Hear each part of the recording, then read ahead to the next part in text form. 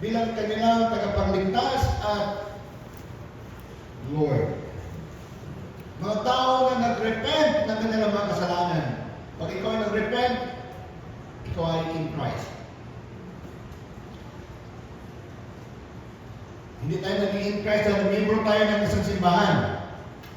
Ang simbahan po, katulad ng Assembly of God, atin dito, hindi po ito ang nakakapagligtas sa atin. Kahit ilang beses ka pumunta dito, or kaya lahat na Assembly of God simbahan na napasukan mo, pag hindi ka nag-repent ng iyong kasalanan, hindi ka tumanggap ng Jesus, hindi tayo in Christ. Ibig sabihin, hindi tayo ligtas. Hindi tayo new creation. Yan ang mga tao na in Christ, ang mga tao na ito ay tumanggap ni Jesus bilang tagapagligtas nila at nag-repent ng kanilang mga kasalanan. Mga tao na tumanggap na sila yung mga kasalanan. Dahil ang Bible nagsasabi na tayo pong lahat ay makasalanan. Sino po dito hindi makasalanan? Lahat tayo, hindi. Sino po dito makasalanan? Lahat po tayo makasalanan. Therefore, lahat po tayo nangailangan ng tagapagligtas. Kaya po tayo tumanggap ni Jesus, no? Hindi lang po nag-repent na kanilang mga kasalanan, kundi sila din ay humingi ng kapatawaran. It's one thing to admit that we are sinners. It's another thing to ask for forgiveness. Yun ang part ng humility. Humility is called acknowledging that we are sinners and asking for forgiveness. So, mangayot at kapasalawanan sa Ginoo para sa itong kasalanan. So, yun po ang mga in Christ. And then, those who are in Christ are new creations. He is a new creation. Kahit sino man na nandoon sa Panginoon ay mga bagong mga nilalang. Bagong creation. So, we are different now. When you receive the Lord Jesus as Savior, you are now a new creation. Amen. Sino nagsabi niya? The Word of God says so. Ako at ikaw na tayo po ay tumanggap ni Jesus ay naging mga bagong mga nilalang. Hindi na tayo katulad doon. Bago eh. Sabi dito, there are new creations and the old has passed away. The old has passed away. Ang mga luma ay dumadaan na. Wala na yon. Yung ating dating pagkatao ay wala na yon. Of course, we know that in this sermon today, we learned that passing away of the old things is not overnight. Hindi po. Tumanggap ka sa Panginoon ngayon, bukas, wala na yung pagkadating pagkatao natin. We are working on that. That's why we call holiness. Doon po yung tinatawag natin holiness. Pag wala pong holiness, hindi mawawala yung mga old. Kung ano ang ugali natin noon, ano pa rin ang ugali natin ngayon, walang pagbabago. Hindi po nawala yung old. At least malalaman mo na may pagbabago. Amen po ba? Amen! Amen. May pagbabago ba nakita natin sa ating mga buhay? Amen. Amen! Our view is different. The old has passed away. Behold, the new has come. Ang mga bago ay dumating na. Through the Word of God, new things are being learned. Natuto tayo sa Word of God at dumami yung mga bagong mga bagay na ating natutunan na galing sa kanyang salita. Yun po ang new creations. People who are in Christ. Now, there are two major things that happen about the new creation that we're talking about here. Meron pong dalawang major na mga bagay. One is on the people Like you and me, the Gentiles, tayo po yung mga Gentiles. No? Tayo po yung mga Hintil. Ang apelido ko po ay Gentiles din ako eh. Kasi ang middle name ko is Gentiles. Pero yung ibig sabihin ng mga Gentiles, mga tao na hindi mga Hudyo. So lahat ng mga tao na labas sa Israel, as far as God is concerned, kasama tayo doon. Tayo yung mga Gentiles. Kasama tayo sa mga Gentiles. Yung mga Amerikano, mga European, yung mga Hapon, mga Incheck, Filipino, Malaysian, lahat yan sila mga Gentiles. Mga Pilipinos, mga Gentiles tayo. So ang unang major na bagay na nangyayari tungkol sa new creation na ito ay tayo na tumanggap ni Jesus. People, tayo mga Gentiles who had faith in Christ. Tayo po mga tao, ang unang bagay dito natin pag-usapan, major nangyari sa atin. After God called, because first of all, God called the people of Israel in the Old Testament. Sila po yung una na tinawag para maligtas. Ang kanilang kaligtasan noon ay lahat po ay utang. Utang yun lahat. Ang final na bayad ay ang kamatayan ni Jesus. Ibig sabihin, ang lahat po na ginawa ng Diyos noong unang panahon para ni Abraham ay, at saka panahon ni Moises, lahat ng mga tao sa Old Testament ay utang yun. Ibig sabihin, talagang bayad ng kanilang kasalanan kung sila po ay faithful sa Panginoon. Okay? If by faith Abraham was saved. Hebrews 11. Sa pamamagitan ng pananampalataya, still, it's faith. Even in the time of Moses, when the law was promulgated, the law was established by God Himself, they obeyed the law by faith. Faith was there already. Even before the law, faith was already there. Because without faith, it is impossible to please God. Of course, we say that today is the day of faith, but faith already existed even back from Abraham. Meron ng faith on. Okay? So, God first called the Israelites to be saved, but not all of them will be saved. God promised to save them, but not all of them will be saved. Only those Israelites who are faithful to God. So the two major things that will happen in the new creation, are you following? Amen. Are the things that happen in us as Gentiles who receive the Lord, and to the Israelites who also receive the Lord. Because even if they are Israelites, if they will not receive the Lord, even through the law before, they cannot be saved. So, dalawang bagay yan. So, punta muna tayo dun sa una. So, the first major thing that happened is on us, like us, Gentiles. Tayo, did you receive the Lord? Amen. Amen. Most of you, if you haven't received the Lord yet, I would like to tell you that today is the day of salvation.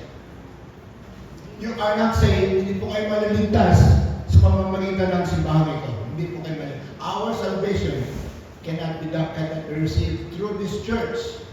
Hindi po tayo maliligtas sa pamamagitan ng simbahan ito. Dahil sa Bible po nagsabi, ikaw po yung primero na dito ngayon, nasasabi ang Panginoon sa kanyang salita na tayo ay naliligtas lang sa pamamagitan ng Panginoon Jesus sa kanyang kamatayan, no? Sa krus. Kung tayo tumanggap sa Kanya, kung tayo mag-repent at ang kasalanan at tanggapin siya sa ating mga buhay, Yun po ang kaligtasan. Amen. Kahit anong simbahan po tayo, hindi tayo maliligtas kung hindi natin gagawin yun sa ating buhay. At dito sa simbahan natin, ilang araw tayo, ilang beses na tayo pumunta dito, pag hindi tayo tumagal ni Jesus, hindi tayo maliligtas, hindi tayo mapapatawad, at hindi tayo pupunta sa buhay na walang hanggan. So praise the Lord, we are warned. We are guided by the Word of God. So ito po na ang aking titingnan na first major thing na nangyari sa new creation as far as we are concerned. Ay yung mga Gentile na mga believers who receive the Lord as our Savior. Now this new creation para sa ating mga Gentiles is the redemption of a people who now live for Christ. Ito yung kaligtasan, ibig sabihin ito. New creation is the salvation that we receive. Nagbago pa tayo, binago din ng Panginoon, hindi lang noon sa panahon ng tumagal tayo, hanggang ngayon at hanggang sa kanyang pagbalik. That is new creation. So, these people are the believers after calling the Israelites to the same. Ito yung mga tao na naniniwala, may panampalataya sa Panginoon after, pagkatapos na tinawag ng Panginoon ang Israel para sila din ay maliligtas. And there are three major new things that happen to these people. Tayo, mga Gentiles. Are we following? Yes. Meron pong tatlong bagay na nangyari sa ating mga buhay. Nang tayo na born again. Nang tayo ay mga new creations na. Number one, tayo po ay namumuhay sa Panginoong Jesucristo in Christ as God's children and therefore have received the promise of eternal life. Amen. Tayo po ngayon, dahil tayo mga new creations, mga bagong mga nilalang, tayo po ay namumuhay sa Panginoong Jesus bilang kanyang mga anak. Amen? Amen. The Bible says that we are His children. When we receive the promise, tayo naka-receive, nakatanggap sa promise ng Panginoon ng buhay na walang hanggan. Praise the Lord. Amen? Amen. In John 1:12 and 13, ano sinabi dito? Sa Word of God. Sa lahat na tumanggap sa Kanya. Sa kanila na naniniwala sa Kanyang pangalan, siya nagbibigay sa kanila ng right na magiging mga anak ng Diyos. Amen. Na todo quien le recibe con él y todo quien le cree con él, con su nombre, él ay dado un derecho para kanila, para sila ay kina mga anak ng Diyos. Amen. Tayo pa naging mga anak ng Diyos. Did you receive the Lord? Therefore, you are a child of God. Amen. You are not a child of God because you are a member of this church. You are a member of this church because you are a child of God. Amen. Amen. And that's not a guarantee that you are a member of the church, you are a child of God automatically.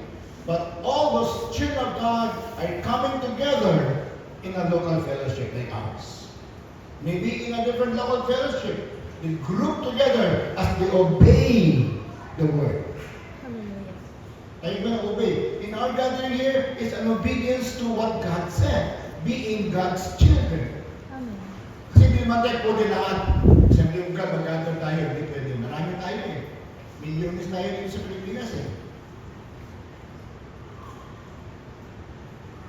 But we can gather as a local church and exercise our faith in the Lord even among us as we work together, love together the Lord Jesus Christ. Amen. So it says here, yet to all who did receive Him, to those who believe in His name. Tayo po yun. Amen? Amen. He, the Lord, gave the right, un derecho, para kida sila como mga anak ng Diyos. And in verse 13 it says, Children born not of natural descent, nor of human decision or a husband's will, but born of God. Amen. Tayo daw ay ipinanganak sa pamamagitan ng Diyos. Kaya bago tayo eh. Kasi pinanganak natin yung nanay natin eh. Old yun. Ang bago ay ngayon, na tumagat tayo ni Jesus, bilang ating tagapagligtas, tayo mga bago. Kasi bagong pinanganak eh. Amen. Amen? Kaya iba dito, ilang linggo pa lang o ilang buwan pa lang na pinanganak sa kaharian ng Diyos. Amen. They're young. Some of you are children, are babies in Christ. Some of you are toddlers in Christ. Some of you are young people in Christ. Some of you are already mature in Christ. But no matter what age we belong, what level of maturity we are in, we continue to grow as children of God. Amen. Hallelujah. Amen. So, siya po ay nagbigay sa atin ng buhay, ng experience na born again experience, hindi po sa natural na pamaraan, sa nanay at tatay. It's a spiritual birth. Again, hindi po dahil membro ka ng Diyos, automatic yan. Hindi po. You have to receive the Lord.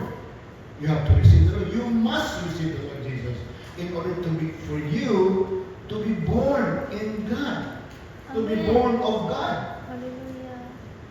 Hindi tayo maborn of God kung tayo lang po ay punta lang sa suban, basta punta lang. Hindi. We have to admit that we're sinners and say, Lord, forgive me. I repent of my sin. I want to follow you, Lord God. Hindi mo papaptas ako, Lord. Kasi baptism, hindi ang membership eh. Ang baptism po ng water, hindi po membership ng church. It is an obedience of Christ's command. Amen. Go and make disciples and baptize them in the name of the Father, Son, and the Holy Spirit. Baptism is a picture of death, a picture of new creation. Bago tayo, hinugasan tayo, a picture, people will know, people will see you. You are going to testify that you now are a brand new person. Amen. So, meron po tayong schedule dito supposed to pupunta tayo sa dagat yung video. Magastos at mainit at maraming time. Dito na nga. Madali pa, kita pa na lahat. Congratulations to those who have been baptized in water. You did that not because you want to be a member of this church. You did that because you are born of God. Amen. So kayo po hindi pa na-baptize, and you are new in the Lord, you must be baptized in water. Hindi yun membership ng church, ng simbahan na organization. It's a membership of the church of God, not this church. We are only part of that. The body of Christ, the body of believers, we obey the Lord, even as He commanded us to be baptized in water, to follow Him. Ano yung schedule natin dito? Every last Sunday of the month. Ano ba ngayon? Next Sunday will be our last Sunday. Meron naman tayong mag-contest dito. Kahit dalawa, isa lang, apat. Ano ba? Wala. Walang tubig eh. Suppose na mag-test na ngayon. Nakalimutan nila. Nakalimutan ko din. Supposed to be every last Sunday. So, punuin natin yan. Every last Sunday. Para makita natin ito, ready na pala ang tubig. So, that means to say that we are going to postpone your baptism in water. You follow Jesus, be baptized in water. That's what the Word of God says. If you are serious about going to heaven, we are not going to heaven because we are baptized in water. But that's part of our obedience, our faithfulness. We are going to be there because of our faithfulness in many ways. The Holy Spirit is going to help us to be holy. That's part of it. Amen? So, mag-schedule na kayo. Next Sunday, pwede next Sunday. Next Sunday po, kasi wala ngayon, next Sunday, pupunin mo nila ito. Para next Sunday, sino po yung hindi pa nabaptize ng water, please approach me or Pastor Rosara or anybody in the church office like Sister Raquel, Sister Mina, or Barito, Sister Lee, no? So you can approach and tell them so that I will be informed about that. So, amen. Amen. Born of God. Praise God for that. And Romans 8:17, anong sinabi? Now, if we are children, kung tayo po yung mga anak ng Panginoon, anong sinabi dito? Kung ikaw ay anak ng Panginoon, then we are heirs. Ano ibig sabihin ng heirs? Mga sumusunod ba? Tagapagmana. Heirs. If we are children of God, then we are heirs. Heirs of God. And co-heirs with Christ. Anong meron si Jesus? Eternal life. Amen. Kung meron sa eternal life, meron din tayo eternal life. Hallelujah! Meron tayo eternal life. Kung siya po namumuhay sa salimutan bilang banal, tayo din maging banal. Amen. We will be like Jesus. Co-heirs with Jesus. Amen? Amen. Mga manununod ba ni Jesus, if indeed we share in His sufferings in order that we may also share in His glory. So we share His suffering. Of course, we suffer. Sometimes we are persecuted. People will laugh at you. People will mock you. Sobra na, baka muna din, no? People will mock you. But it doesn't matter. It's written. You will suffer with Jesus as well as you will be heir of His glory. Amen. Sandali lang yung makinig, sandali lang yung persecution, doon eternity. Amen. So, we are heirs of God and co-heirs with Christ if indeed we share in His sufferings in order that we may also share in His glory. First of all, ang iyon ang tagap natin, we are sa ating mga Gentiles. They live for Christ as God's children. Amen? And therefore, we have received the promise of eternal life. Number 2 na natanggap natin, we live for Christ so that others will know Him. Amen. So we live for Jesus, yun po nangyari sa ating pagka-new creation. So that other people like your loved ones, mga mahal mo sa buhay, mga friends mo, will also know Jesus like what you did. Amen. They will know Jesus through you. They will know Jesus' salvation. Yung in-offer ng Panginoon, ikaw po ang gagamitin. Ako at ikaw ang gagamitin. Kaya po sa simbahan natin ito, meron po tayong discipleship group. Doon po natin, yun po ang pinaka-trust po. Of course, we can do evangelism in other ways, pero yun po ang pinakamalaki natin tinitingnan. We work together in that. Di ba pwede walang D-group, Pastor? Pwede naman. You can bring friends. But still, in the D-group, meron po tayong ginagawa doon na ready-made na mga paraan, mga ready-made na mga materials para hindi po natin makaligtaan ang mga importanteng bagay na dapat natin ituturo sa ating mga bagong sumunod sa Panginoong Jesus. Amen.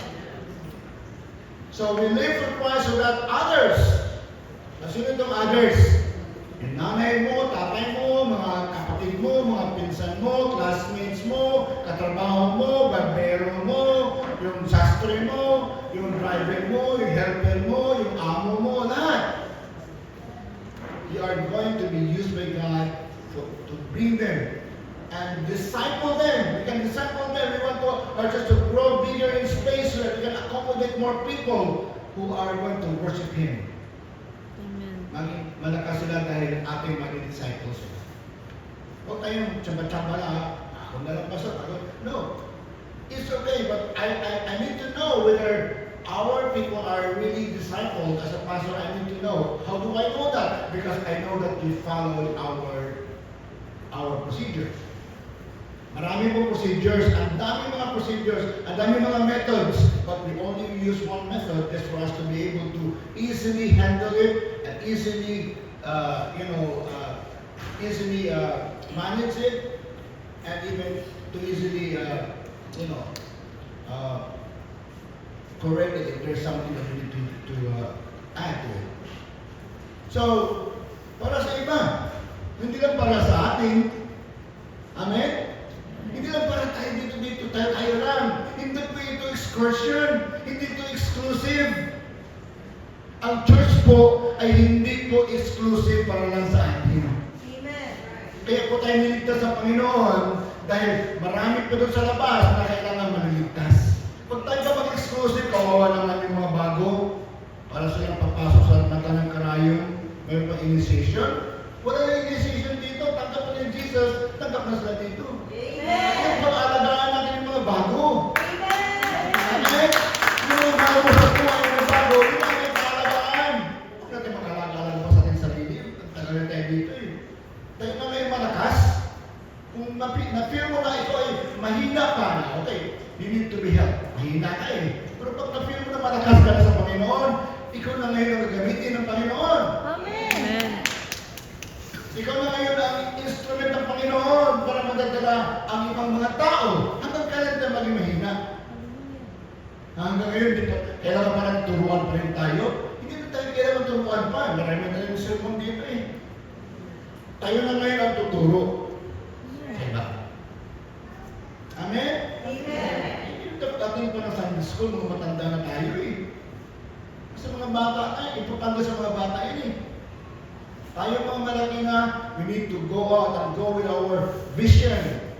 We're going to plant many more agape, many more discipleship groups for more people to be easily invited to receive the Lord, even through your own group. Kailangan natin nag-pray pa tayo hanggang ngayon na magdami po ang ating mga discipleship groups. Hindi po tayo lahat gumagawa eh. Ang ating po mga departments, hindi po yung discipleship group. We have to make our own discipleship group. Mga bago sa Panginoon yun. Matagal na po tayong nabigyan ng chance sa ating sarili, mga maluma na sa Panginoon, matagal na. Tama na yun. Bago na ngayon natin po tayo. Hindi pa naman nagawa po sa ang tagal, 20 years, bago pa tayo lalabas. Hintay na. Kung di pa talaga ang iba. No. Don't make a group galing sa simbahan dito sa atin. Kung mayroon nag-join sa'yo, okay lang yun, pero hindi nyo sila natin target. Ating target po mga others. Amen. Others po ang target ng Panginoon. Hindi po tayo lang palagi. Selfishness yan eh. Tayo lang palagi magsasama-sama. Selfishness. We are not obeying the Lord. Amen? We must obey the Lord as new creations. We must obey the Lord. We must live for others to come to Jesus.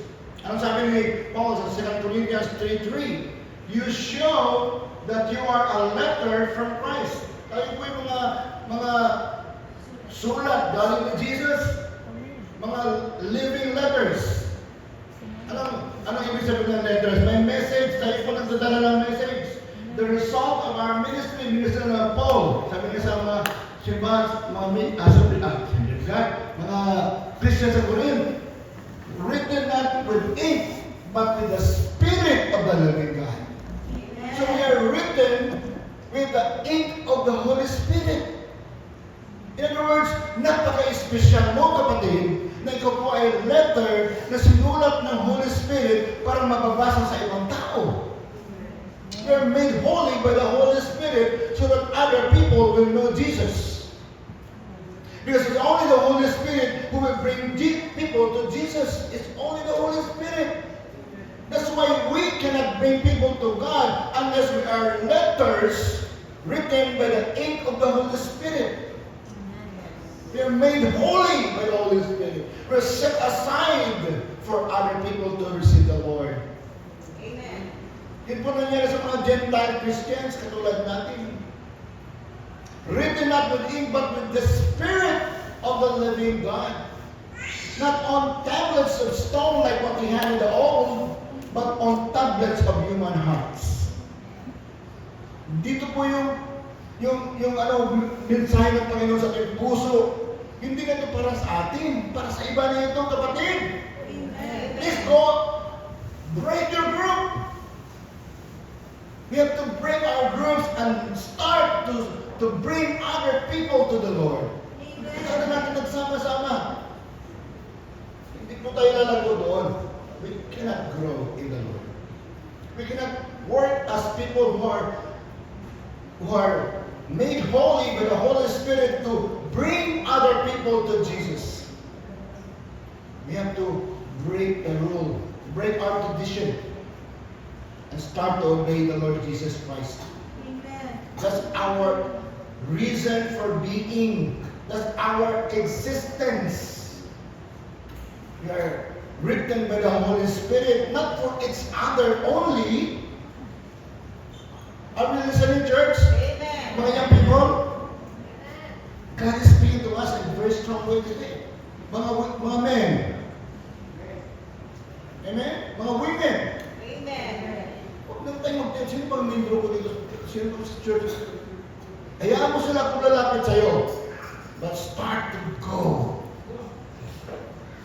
Start to go because that's the reason why God has made us new creations. O hindi pa tayo mauming na lang, para na dito mga, ano ba ito, club. The church is not a club. The church is not a fraternity. The church is a living organism used by the Lord through the Holy Spirit Amen. to bring others to Jesus. Hallelujah. If we cease to be that way, we cease to be like one. Hindi tayo totoong Kristiyano. Very strong. What else? How can we bring people to God? Mag-grow lang tayo, kailangan tayo, nagkapo tayo. That's good. But that's not only the way to grow in the Lord. To grow in the Lord is to be instruments of God to bring other people to Him. Can I hear an amen? Amen. Amen. Not written in tablets of stone, but written in the heart. The message of God is there. So not only that we receive the promise, we have been forgiven by God, we receive the promise just like what the Israelites were promised to, but we also are now instruments. We are going to bring other people to Jesus and start to nurture them, Amen. start to grow them in the Lord. Amen. Amen? Amen. We don't want to be called dead woods. Kasi mission kasi masakit ang ginamit na ng word dead wood. No, we are not dead woods. We are alive. Amen. Amen. Amen. We are alive with Jesus. Not only that we are going to bring others, but we also live for Christ to be transformed from glory to glory into His kingdoms through the power of the Holy Spirit. Amen. Amen. Transform ba tayo? We are changed. When we do things for Jesus, bring others to Christ, we receive the promise, we have been forgiven, but we also are transformed. Nagbabago po tayo. Noong unang panahon, iba ang ating utak. Ngayon, iba na. Iba na ang utak natin ngayon. Iba ang ating pananaw. Iba ang ating pananaw ngayon. We're changed. Amen. To be holy unto Him, right? Amen. We're transformed. Tayo po nagbabago ngayon. Hindi sa ating pansariling paraan. We are only cooperating with the works of the Holy Spirit, God the Holy Spirit, to transform us into the image of the Lord, Jesus Christ. Hindi naman tayo dito talaga perfect na maging katulad ni Jesus, but there is that transformation going on. Malalaman mo eh. Hindi, meron ka pa mga limitations, meron ka pa mga imperfections, but you know that there's something in you that is changing because you are a new creation. Amen? 2 Corinthians 3, 6 and 18. Ano sabi ni Paul?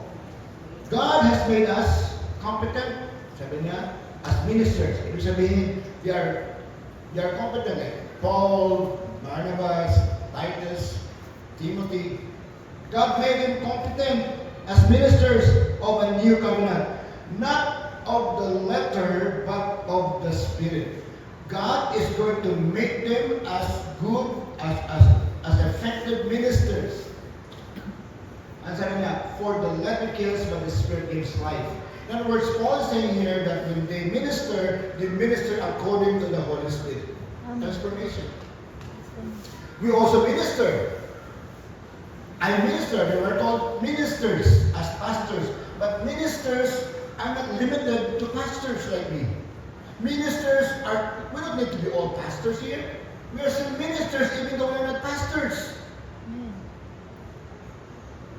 Mga pastor, mga minister po rin tayo. We minister not by our own way, but according to the Holy Spirit. Amen. That's very powerful, church. It's no longer you or me. It is God working in you and in me. Amen. That's how we minister. So it says here, not of the letter, but of the Spirit.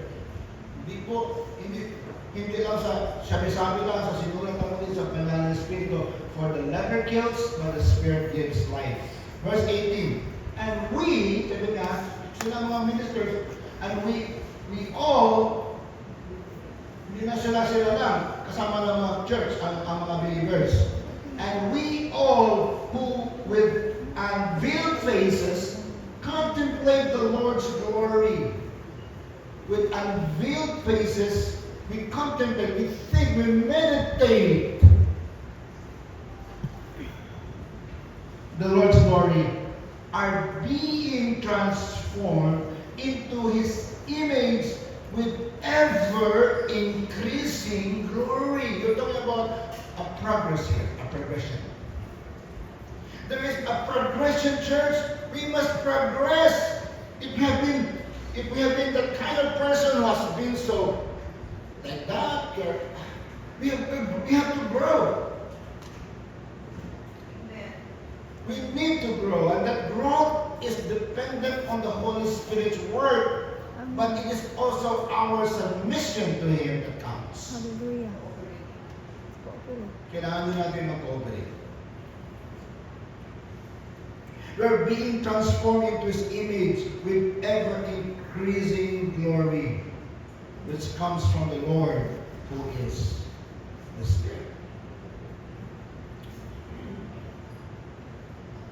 So nagbago po tayo, sabi po ni Paul sa 2 Corinthians 5, verse 14 and 15. For Christ's love compels us. Ang pag-ibig ng Panginoon Jesus ay nag-urge sa amin because we are convinced that one died for all and therefore all died.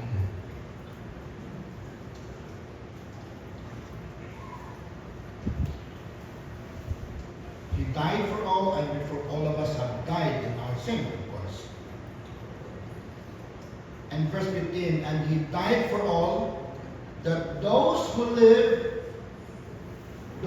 tayo, siya ay namatay para sa lahat, para sa ating lahat, para lahat sila na namumuhay should no longer live for themselves. Hindi na tayo namumuhay para sa ating sarili. But for Him who died for them Amen. and was raised again. Amen. So we live for Jesus. In everything that we do, for our family, for our job, for anything that we do, for our studies, we do it because we live for Jesus. Amen. That's what matters. Amen? Amen. We no longer live for ourselves. Hindi na tayo namumuhay para sa ating sarili. We're now changed, transformed from glory to glory. Ibig sabihin, hindi yan sa automatic. Hindi siya overnight. God is changing us. We as a church, we work together in that transformation. I've been the under shepherd. I work on that. I have to see the transformation in your life. Of course, I have to to see my transformation too. My wife, my leaders will also watch over me. I have pastors.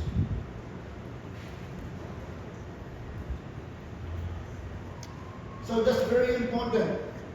We live for Jesus. It's holiness. I mean, we live according to His Word, and we have been transformed from glory to glory. It's a very, very important term. Glory to glory. Amen. Amen. So that's all about us. We need to be living in Jesus as we receive His promise of eternity and we've been forgiven by Him.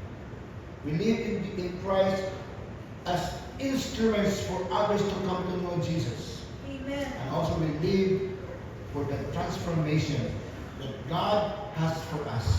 He's changing us into His image from glory to glory.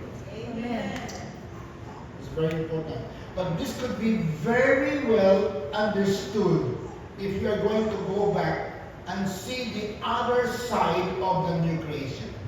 What do I mean by that? Ano ibig ko sabihin niyan? We need to look at the other second major happening about the new creation. Because the first that I shared with you in this sermon is the major happening in us among Gentiles like us. Gentiles who receive the Lord as their Savior. Are we following? Amen. Yun yung una. But as I've said, this will be much appreciated when we go back and see the other half of the two major things that is happening in the new creation. And that is the other side of the new creation. What is this? The second major thing that happened is to the Israelites, mga Jew. The Israelites who received the Lord as their Savior. Because there are Israelites who also received the Lord. Meron mga Israelites po na nag-receive sa Panginoon. Even in the time of Abraham, they have faith. Even in the time of Moses, they have faith to do those rituals. Mga utang na yun eh. Kamayan, tama yun. Check yun eh. Kamayan si Jesus.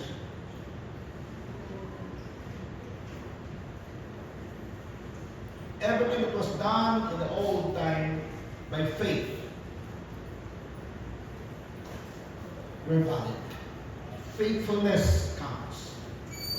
Amen? Amen. So we'll go to this now. We go to the second major thing.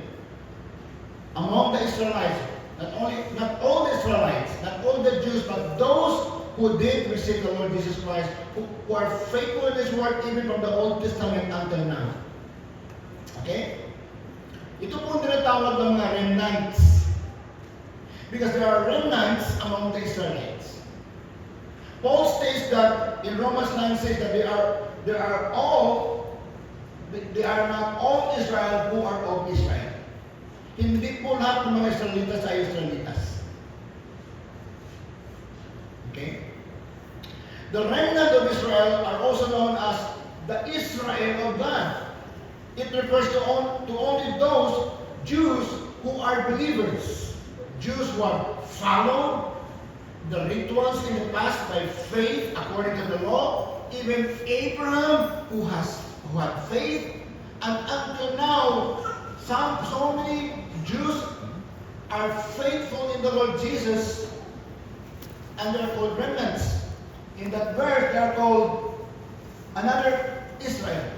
Because not all Israel are Israel.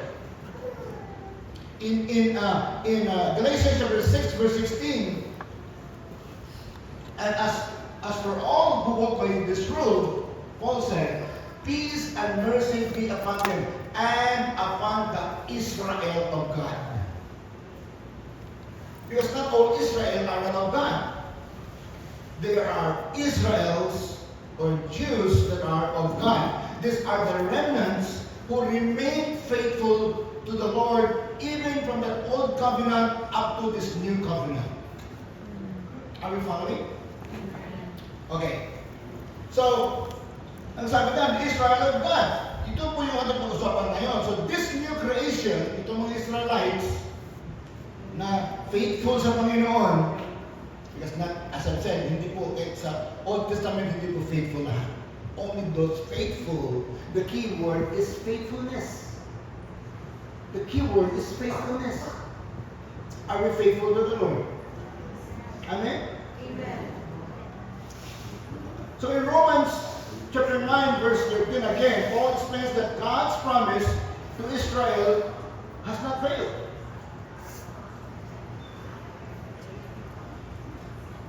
Hindi po nag-fail ang Panginoon sa kanyang promise. The promise never included any Israelites except the faithful ones, the faithful Jews, the faithful Israelites, even those who were saved through the law.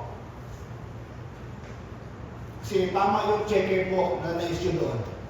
Tama yung utang na kanilang inutang doon. Ang kabayaran po ay doon sa Panginoon Jesus. Ang cashmate sa cheque ay ang Panginoon Jesus.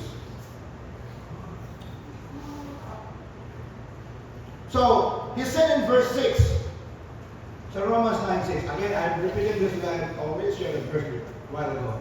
It is not as though God's word had faith.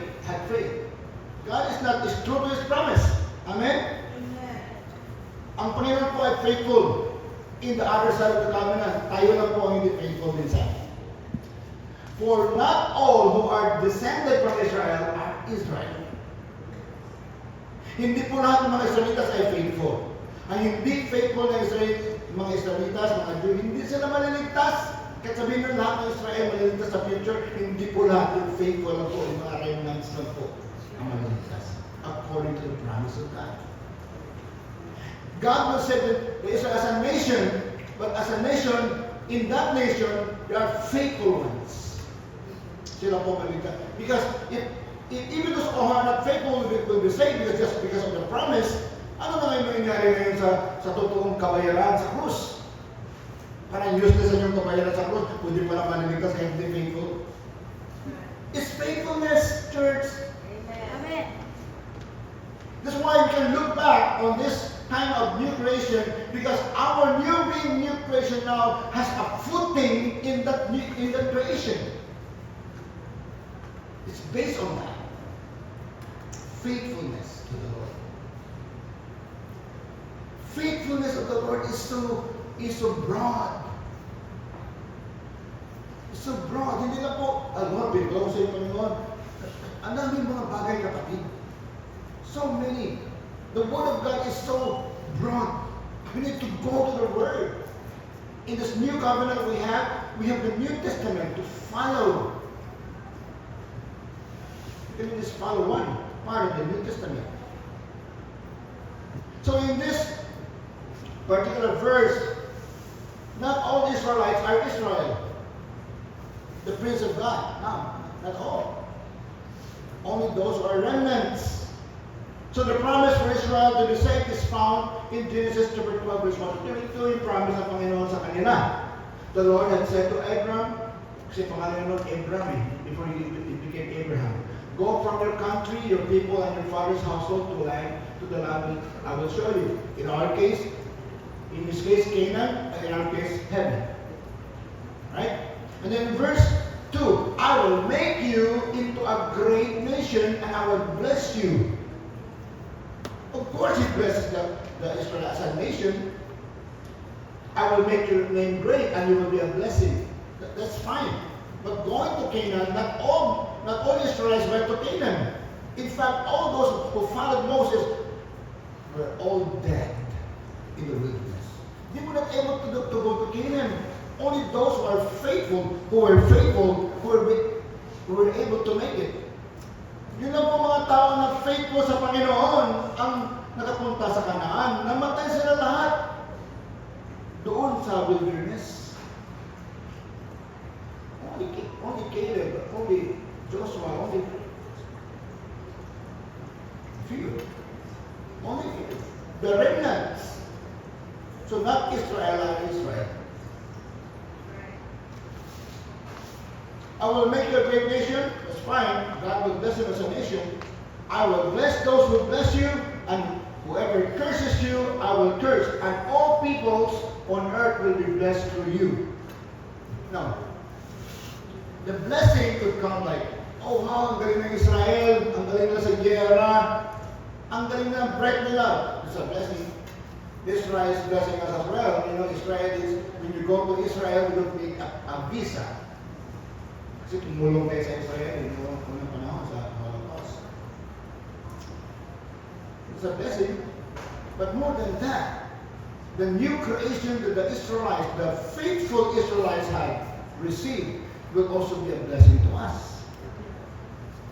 The faithfulness that they show, ang kanilang pagka-faithful sa Panginoon na kanilang pinakita noong unang panahon hanggang ngayon ay blessing sa atin dahil tayo po ay there's no more distinction between Israel and us. Amen.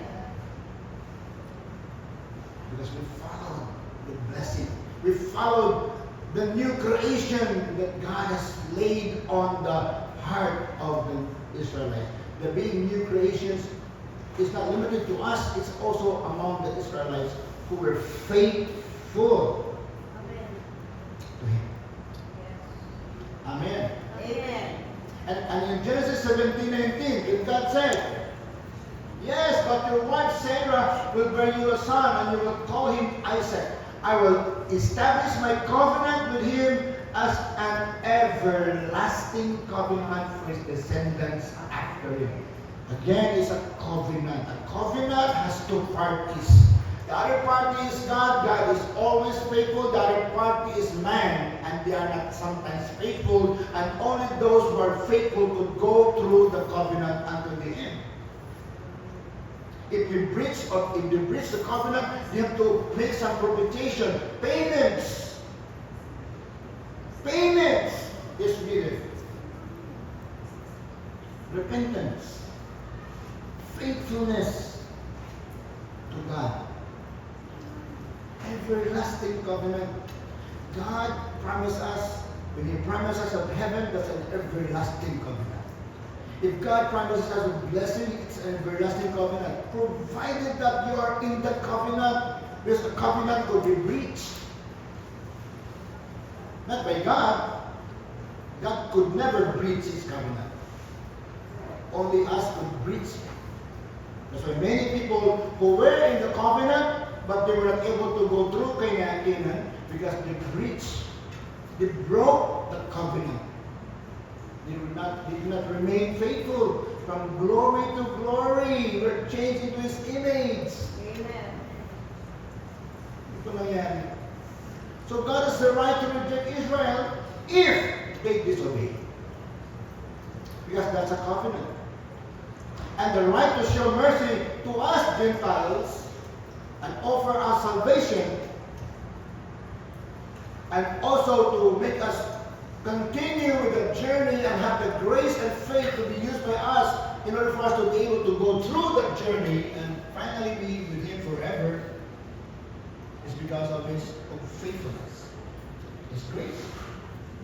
In Romans 9:30 to 10:21, Paul, dito po sa verse na ito, it's not in the front of the slides. Paul, ina-analyze po ni Paul ang present na Israelites rejection sa gospel. No? The Israelites, until now, the Jews rejected the gospel. Only maybe thousands, marami naman yung mga Jew na tumanggap ni Jesus. Mga Messianic Jew ang tawag sa kanila. They're the remnants. Kaya yung mga remnants. So, they rejected the gospel. Their failure to respond to Jesus, kasi po ay hindi na-respond na Jesus will tell them all, it's not because of God. They rejected Jesus because of disobedience. Unfaithfulness. Hindi naman mahirap. Of course, God's law is not easy. But our faithfulness to that law is very important. Even if we are having a hard time in obeying it. We're trying our best. That's why we are from glory to glory. Alam-alam, dahan-dahan. Amen. Paul said in Romans 10:3, ang sabi niya, since they did not know, sino ito? Mga Israelites. since they did not know the righteousness of God and sought to establish their own, gumawa sila ng sarili nilang mga patakaran eh. They did not submit to God's righteousness. It's the word of God. It's the covenant. They did not submit to God's righteousness. Isip lang nila, right sila, pero hindi pala sa righteous. Kaya po, si Paul po, he expresses non-stop concern, ceaseless concern, and intense sorrow. He was so worried, he was so sad over the Jewish nation. Malungkot na malungkot si Pablo sa mga Israelitas, mga Israelites. Kaya prayer niya sa Romans 9:1-3. Sabi niya, I speak the truth in Christ. I am not lying. My conscience confirms in through the Holy Spirit. Ibig sabihin, he was sincere. Sa verse 2, I have great sorrow. Nag-uol sila sa mga Israelitas. Sad siya sa mga Israelites, the Jews, and unceasing anguish in my heart. Si Paul kasi Jew din siya. He was, if God will save them, why would Paul become so sorrowful to them? Right? Kung ang Panginoon ay maligtas sa buong Israelites, bakit pa maging mag-sorry, sad pa si Paul? Maliligtas naman sila lahat eh. But no! Paul said, I have great sorrow and unceasing anguish in my heart, for I could wish that I myself were cursed. Sana ako na lang na-cursed. And cut off from Christ. Ako na lang sana mawala sa Panginoon. That's a prayer po. Mahala sila lang mawala kasi hindi lang mawala ang mga Israelitas. For the sake of my people, the Israelites, those of my own race. You see? Israel was promised by God, but they had to be faithful. Paul was so worried about the Israelites because they were not faithful to God. Sabi niya, ako lang sana ma-curse. They're my race. Ang sabi ni Paul sa Romans 10:1-2, he said, brothers and sisters, my heart's desire and prayer to God for Israelites is that they may be saved. Sana maligtas sila. Sana maliligtas. Hindi yung predestination. Sana maliligtas mga Israelites. Kasi hindi po sila lahat maliligtas. Only those who are faithful. Amen. You see, the relationship with our newness, being new creation here. We need to be faithful as well. Hallelujah. Even Israelites need to be faithful Amen. to the Lord. Be faithful in the covenant. Be led by the Holy Spirit. Hallelujah. Israel, that they may be saved. Sana maliligtas ang mga Israelitas. Lahat. Sana maliligtas sila lahat. Sabi niya sa verse 2, for I can testify, sabi niya, sigurado ako about them that they are zealous for God. Kasigasig naman sila sa Panginoon, pero yung kanilang pagkasigasig is not based on the knowledge.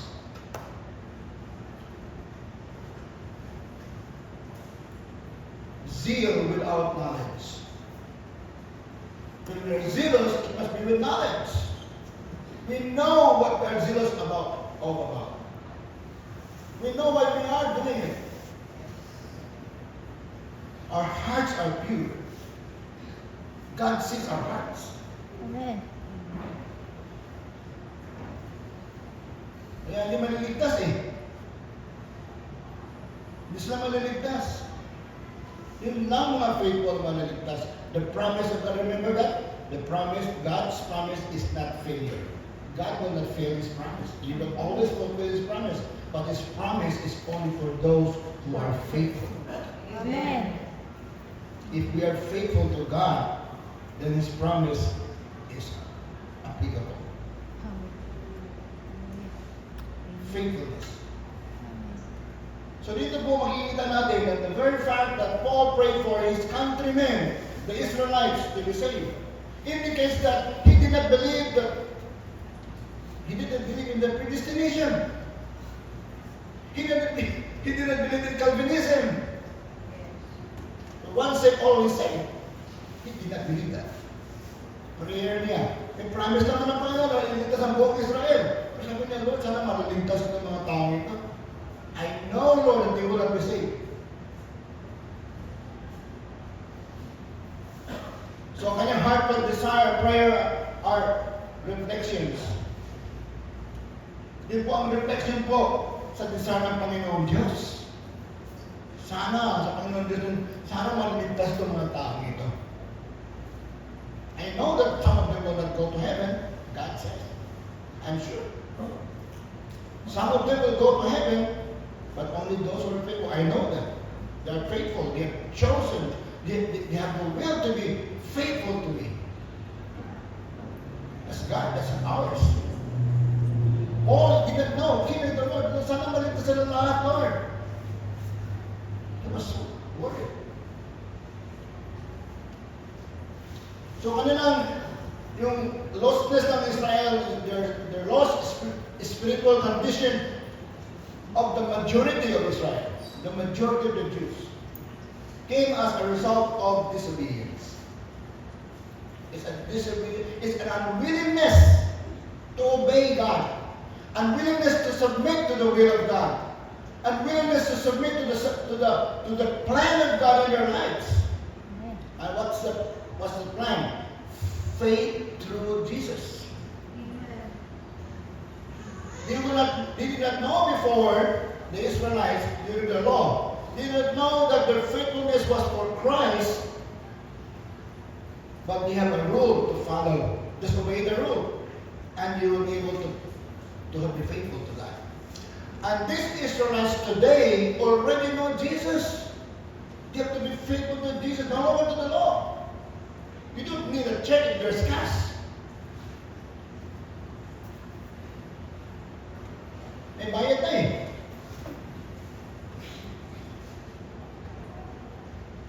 So kailangan nila faithful sa salvation. They must submit to the faithfulness of God in saving people. It's through faith. Amen. It's through the cross. They must be born again, mga Israelites na yan. They must be born again today.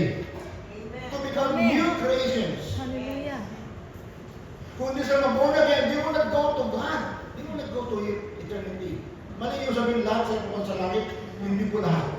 Nakita natin sa Word of God. Amen. Hindi lahat. Yung faithful lang po. Pagbalik ng Panginoon, and the revelation, people will believe in Him.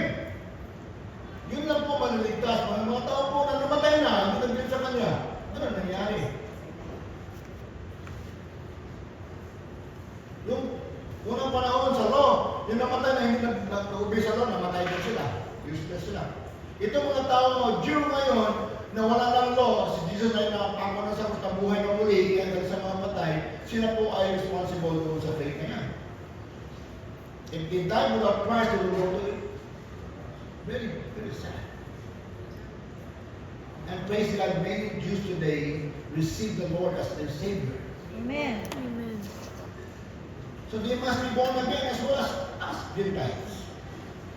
Tayo mga Gentiles, we must be born again. Kung kami bago ngayon, you are visitor, you must be born again, just like the Israelites. To become new creations of God. Para magkaroon tayo ng kaligtasan at buhay ng walang hanggan. Amen? Amen.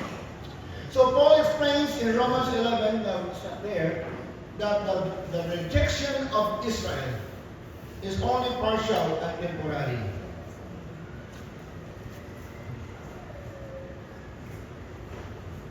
Because Israel will eventually accept God's salvation in Christ.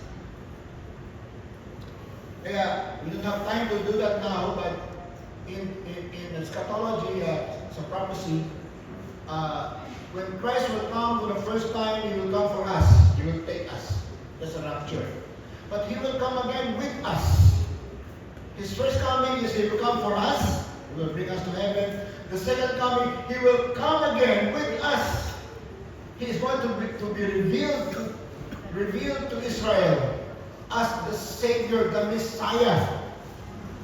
Amen. At that time, many will receive the Lord.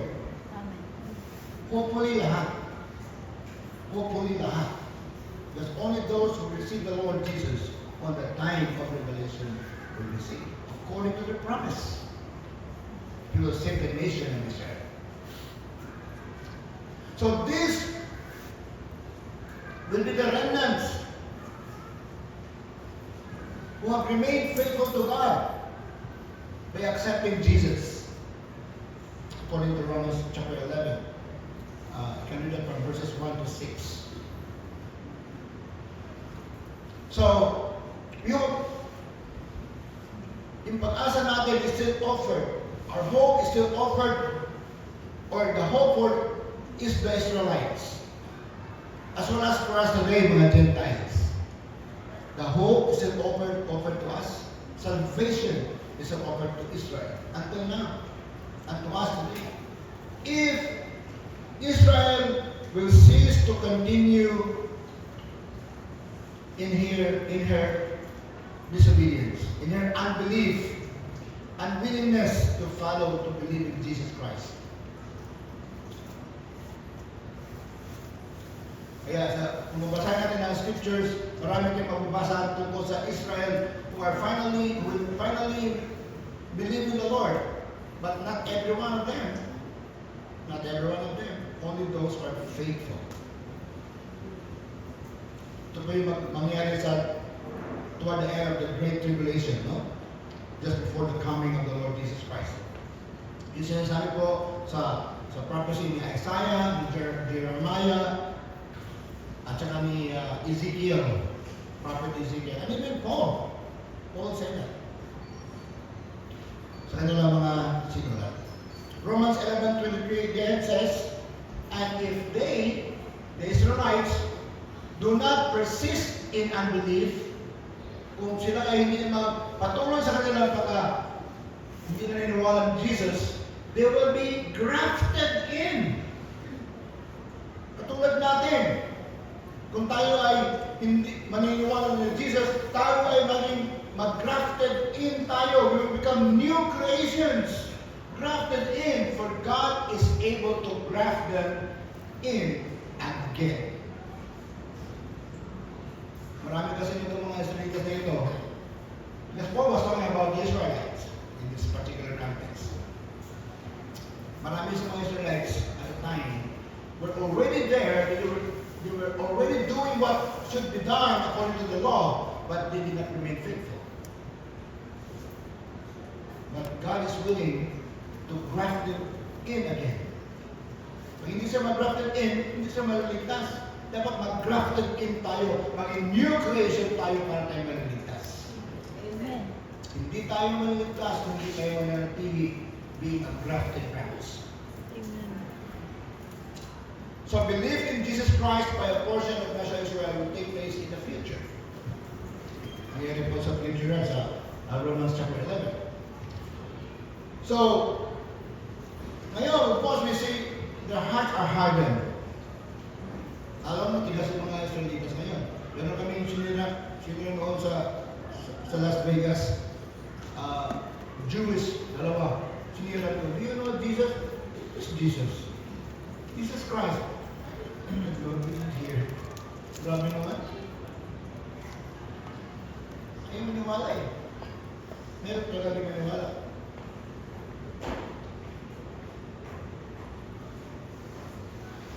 Majority of them are hard in heart because they refuse to believe in Christ. That's why in Romans chapter 11, God has turned Israel's refusal. Sa 11:12 and verse 15. Dito sa verse na ito, mababasa natin na ang Panginoon ay pinintulutan ng kanilang refusal, ng kanilang unbelief, sa kanilang puso na matigas, to believe in Jesus Christ. Ito po ay naging opportunity natin. Kaya po tayo naligtas dahil matigas ang ulo ng mga Israelitas.